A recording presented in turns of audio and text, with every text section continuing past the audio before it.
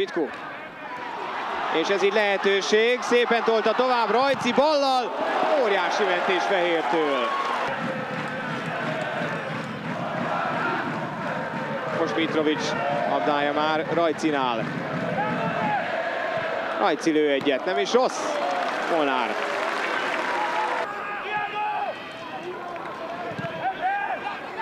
Szép átlépés, Rajci. Simek kéri el a labdát, de maga mögé kapta, így a passz, kapufa! Rajci. És Takács lép át a másik térfélre. Az összes Siófoki ott van. Most még Sovumni is. És aztán gyorsít Sovumni. Na hát egy az egyet nyugodtan elvállalhatna, mert nincs segítség. Most már ott vannak a lilafehérek, Sovumni lőtt el.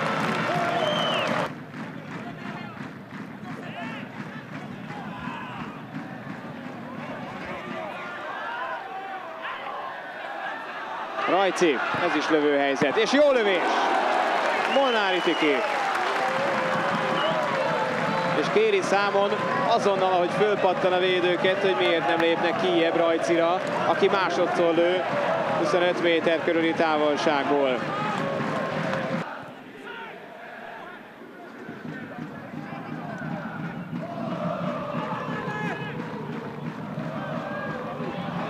Sitku lövőhelyzet, el is tekeri, és ehhez is hozzá kellett Molnárnak érnie. Pollák.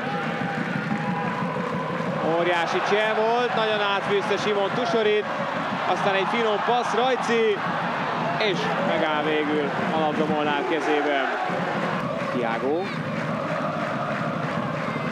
Sovumni futhat, és be is tud bújni Takács elé. Lehetetlen helyzetekben tudja tényleg néha megtartani a labdát Ludanski. 11-es kapott a Siófok. Egészen ártalmatlan helyzetben Mitrovic. Kifelé hozza, de egyébként is a 16-os oldalvonalán áll a labdát Ludanski, akinek az átvétel pillanatában rúgta meg a támaszkodó lábát. Ott Mitrovic a spiccével a cipőjét, és aztán maga alá kapja Ludanski. Óriási koncert közepette. Grasszult bűvöli a labdát, Balajca meg Grasszult. Gól! 1-0 Siófoknak az 52. percben.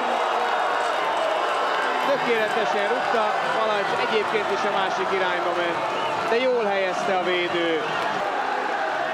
Szépen kifordítva a belsőjét, védhetetlen, ahogy belövi.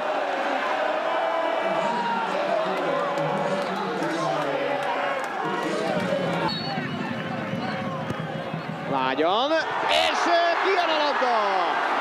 Óriási volt, hogy kirúgta még a vonalról utána Balajca. Itt jön Ludanski labdája, tiszta fejes, és ott van az a mozdulat, hát ha nem is a vonalról, hanem 1 méterről, de a földön fekvő Balajca takarít végül. Mitrovic tovább. Lejön ez a lövés, kezezést reklamálnak. Újpestiek, Fábián csak szögletet mutat. 85. perc már, megint Mitrovic. Ott a lövés, gól! Óriási találat, Rajci!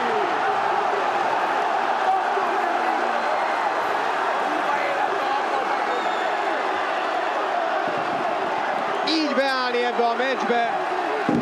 Egyre kevésbé volt benne a levegőben az Újpest egyenlítése. És ha én azt mondtam, hogy nem tőle várják azt, hogy megtörje a jeget, akkor tévedtem és megkövettem magam, mert Tajti egy iszonyatos bombával jelzi, hogy ott akar lenni a kezdőben a jövő héten. Remekül találja el, nem lehet odaérni, bár hozzáér Molnár a labdához, de kiütni nem tudja. Természetes, hogy nem vagyok elégedett ebben, vagy nem vagyunk elégedett ebben a döntetlennel, hiszen 84. percben egy megnyert mérkőzést elveszíteni nem egy felemelő érzés. Én úgy érzem, hogy az első félidőben egy kicsit a Fortuna is velünk volt, meg a kapus. Az várható volt, hogyha így játszunk a második félidőben, akkor még pontot se érünk el.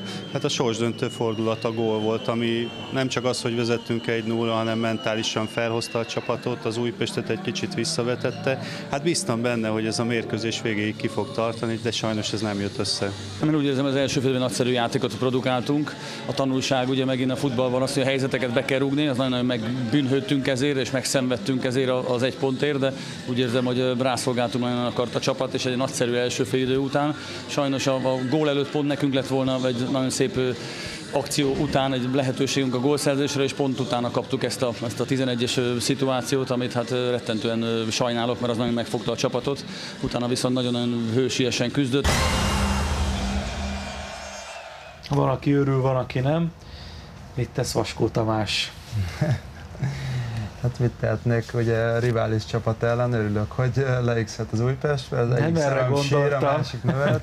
Szóval milyen nézni az Újpestet így? Furcsa Távolról. nézni kívülről.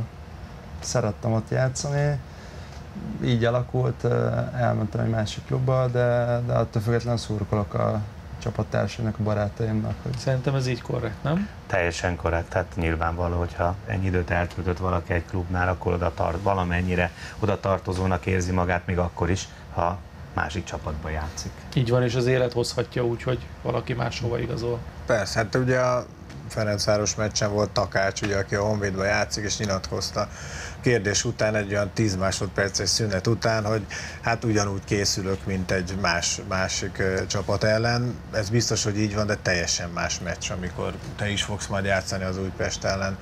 Ezek megmaradnak, ezek az emlékek. Viszont a sok fiatalról már többször beszéltünk, most megint egy olyan fiatalember, aki még nincs 19 éves, Tajti, gyönyörű gólt rugott. Igen, hát fantasztikus gólt lőtt. Végül is én úgy gondolom, hogy kényszerből is fiatalítottak a középen Újpesten, de vannak annyira tehetséges fiatal labdarúgók ott, hogy azért meg tudják oldani ezeket a feladatokat, és hát láthatjuk, hogy fantasztikus gólt lőtt, ami egy nagyon fontos döntetlent hozott a csapat számára, egy pontot.